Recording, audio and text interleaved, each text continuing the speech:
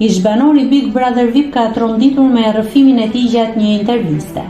Elton Toza ka treguar për herë të parë në publik se në moshë të vogël është abuzuar për 7 vite nga një fort i lagjes me të cilin jetoni në të njëjtin pallat. Një rrëfim dramatik për herë të parë në praninë e nënës së tij, kamerave dhe publikut shqiptar. Elton Toza i ka folur për një nga dramat më të mëdha të jetës së tij. Ai theksoi se kjo dramë ndikoi negativisht për shumë vite në jetën e tij, duke e futur në një qerr sokak, ku shpesh konsumonte alkool dhe lëndë narkotike, pasi vetëm aty gjente pak qetësi.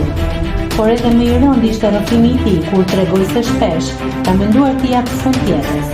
Elton Toza: jashtë mureve të shtëpisë nuk kam qenë aq i lumtur. Kam qenë fëmijë i shoqërueshëm, i dashur. Kjo ka bërë që të jem viktime një abuzimi për 7 vite rresht kur kam qenë i vogël. Unë e gjeja veten të mbrojtur vetëm te mami, te babi, te vëllai dhe te kushurira ime. Nuk e dija se çfarë ishte, nuk e dija se çfarë kisha kaluar, por është një gjë që e kam vuajtur shumë. Ka net që nuk fle, pasi ka skena në kokë që më kujtohen në atë kohë. Nëse ka një njeri që më ka ndihmuar, edhe atëherë kur kam tentuar të jap fund jetës, është nëna ime. Prandaj them që jam krenar dhe do të jem krahas saj gjithmonë. Kam përshtypjen që mami e dinte, por nuk ma ka thënë. Njëherë më tha se mamaja jote gjithmonë i ka kuptuar. E ka kuptuar, por e ka kuptuar shumë vonë. Personi që e ka bërë këtë gjë ka vdekur në 97, ishte një i fort i lagjes. Komshi në 4. Shokët e babit ishin pedagog dhe bënin xhiro me bicikleta, dhe një nga këto raste ishte: hajde t'i bëjmë një xhiro toni. Pastaj ka qenë dhunë psikologjike e përditshme, pasi ka qenë vetëm 2 kate para nesh. Kam përshtypjen se ishte zoti ai që e hoqi. Kisha shumë frikë, mendoja se kisha bërë krimin më të madh të jetës time. Ishim shumë ignorant në atë kohë, nuk kishim informacion.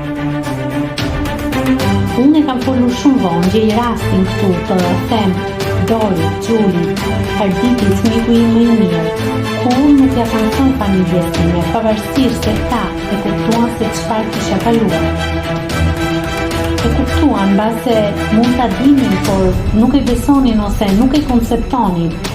Por kur shpërtheva para 4 vitesh, sa kishte vdekur babi, pas 2-3 javësh. Kjo gjë më shton pastaj edhe pjesën tjetër që më ndodhi me punën e portaleve, përfundova të isha një konsumator i rregullt i alkoolit dhe lëndëve narkotike. Më kthye në një mënyrë jetese, kujtoja se çdo gjë kishte marrë fund, kujtoja se kaq ishte jeta ime.